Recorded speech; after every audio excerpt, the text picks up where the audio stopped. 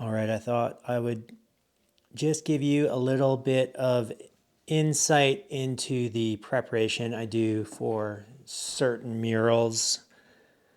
This mural has a lot of very specific things in it, so I've gone ahead and made, like, referencing historical images. I want to keep it fairly accurate. There's a mountain goat. So yeah, I'm just going to go over a little bit of this side of the process. It's a lot of work, I'm not going to lie. That's why I've got the weights. That's right. 15 euro right there. So yeah, without further ado, ado, ado, ado, ado, ado, ado, ado, ado. Here we have a collection of drawings. That's my snowboard character. It's actually a picture of me. I'm going to be the snowboarder in this mural. I snowboard, but not as much as I used to. And it's been a long time, so I was like, well, I'm just going to go snowboarding permanently. This is going to be the mountain goat. These are letters I've made to look like stitching.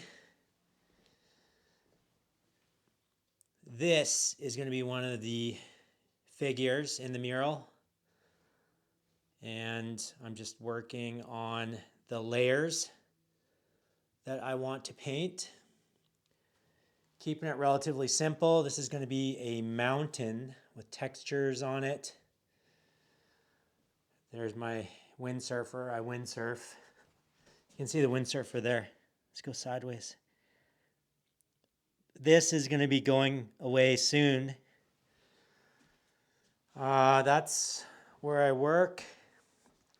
I use multi-purpose paper sometimes. That's my cutting board and my little art knife.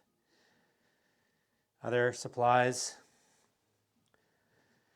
And then I'm going to probably bring some of my acrylic paints. These are some of my colors. I'll bring some of those to use on the mural, but very sparingly.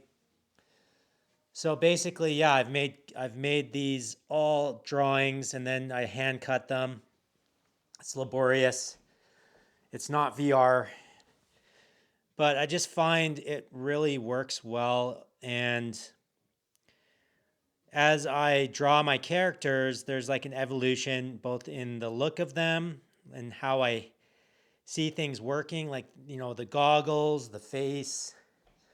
Every drawing you kind of like evolves a little bit. So there is like a refining that goes on there for the mural, which, you know, it's a mural. I want it to last a long time, and people get to see like all these different things that are going to be embedded in the mural that are related to this topic, which I won't get into right away.